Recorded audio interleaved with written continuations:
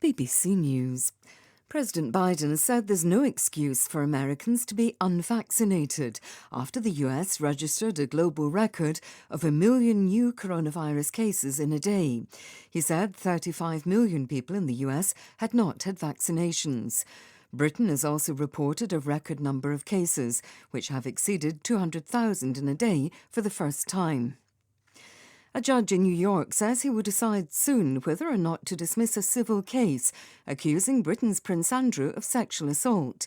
The judge today heard arguments from both sides in the case brought by Virginia Giuffre. She says that as a teenager she was forced to have sex with Queen Elizabeth's second son by Jeffrey Epstein and Ghislaine Maxwell, later convicted as sex offenders. The prince has always denied any wrongdoing.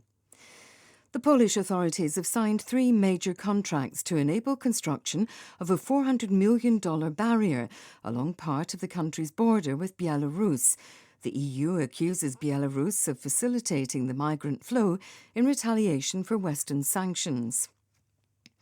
Niger has temporarily suspended an order to expel 8 high-profile Rwandans who had been relocated there from Tanzania. They were political and military officials during the 1994 Rwandan genocide who had either been acquitted or released after serving their prison terms. A Swedish mother has been charged with war crimes after helping her 12-year-old son enlist with Islamic State militants in Syria, where he was killed. A dog in Croatia has been credited with saving the life of an injured hiker by keeping him warm for 13 hours until he was rescued. The 8-month-old pup lay on top of the hiker until rescuers arrived at the scene in the Velebit Mountains. BBC News.